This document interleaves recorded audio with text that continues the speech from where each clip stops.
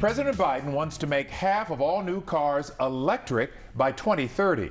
It comes at a time when a lot of people haven't been in or driven one. Tiffany Craig is going to take us on a ride to find out what it's like and how a road trip is different when you have to charge up. All right, here we go on the electric car. You ready? Ready? Let's do it.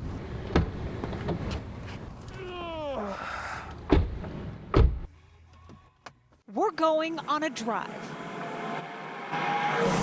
in an electric car. I think it's cute. This is no out-of-town trip, but roads well traveled by Houstonians. The Grand Parkway, the Beltway, and the 610 Loop. You think we can make it all the way around Houston? I believe we can at 83% with the air condition on high. Because we picked the hottest day to do this. Our electric ride is a Kia Niro. It's priced middle of the road for an EV, starting at $39,000, and can get about 240 miles on a charge. It doesn't like stand out and scream, I'm an electric car. Right. So how many electric cars are rolling around Texas? More than 36,000 were registered last year. State officials expect that number to climb to 3.3 million in the next 12 years. Are we ready for that? Before our electric road trip, we took a drive with a true believer who thinks we are ready. Just wait. I remember feeling exactly the same way when I saw the very first iPhones. Chuck Cruz is sold on EVs. He's from Baytown, an early investor in Tesla, and drives a Model Y. The nearest charging station from home is 10 miles. And for Chuck, it doesn't feel inconvenient for being ahead of the curve. To use the old analogies, the first folks who were like, okay, my horse can eat grass absolutely anywhere, now you're telling me I have to go somewhere to fill up a car with gasoline? Similarly, it's learning, okay, there are charging stations, I'm gonna need to go here. Tesla has its own charging network with superchargers spread across the country. Typically, we're here about 20 minutes for a charge. I've spent as long as, I wanna say 40, maybe 45 minutes. Right now, that network is only for Tesla drivers, but that could soon change. In July, Tesla's CEO Elon Musk said in a tweet, "We're making our supercharger network open to other EVs later this year." That would come in handy for us as we start our search for a charging station that the Kia can use. We find one at a public library.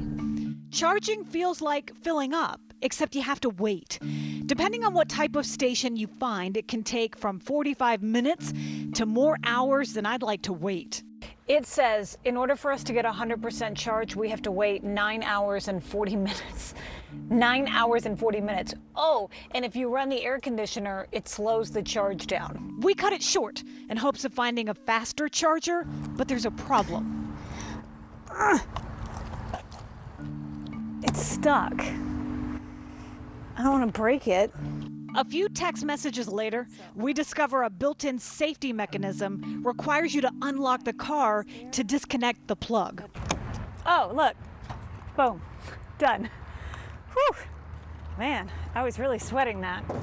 Having plenty of charging stations is key to the future of EVs. That's why we're talking to Tom Smitty Smith. I like that car a lot. My wife and I looked at it. Smitty drives electric and is the executive director of the Texas Electric Transportation Resources Alliance. What we have today are a lot of charging stations in almost every metro area. And beyond that, it gets kind of thin. To create a seamless network, Smitty wants the state to build charging stations along every 50 miles of interstate and highway in Texas. And this is an evolutionary market.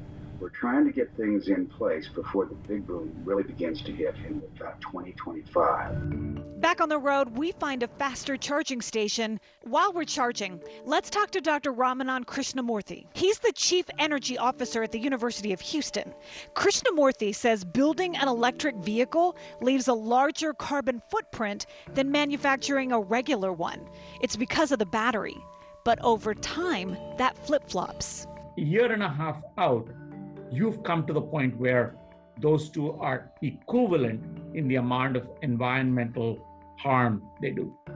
So anytime after 18 months, my electric vehicle actually benefits the environment. And then there's the question about where the power comes from at charging stations. It comes from everywhere, exactly where your household or your workplace gets the electricity from. Right now in Texas, we get energy from mostly natural gas, along with wind and coal. The rest is nuclear and solar. It is as we start to make our grid more and more renewable friendly, we're going to start seeing less and less of a carbon footprint associated with EVs. And with more car companies getting into the EV market, batteries will get better and go farther before needing a charge. In the end, we had a few bumps in the road, but it was a learning experience and it was fun. That wraps up our road trip and this hour. Thank you for spending it with us. We know we shared a lot of information with you in the last hour. If you want to see any of the stories again or missed one, simply head over to our YouTube page.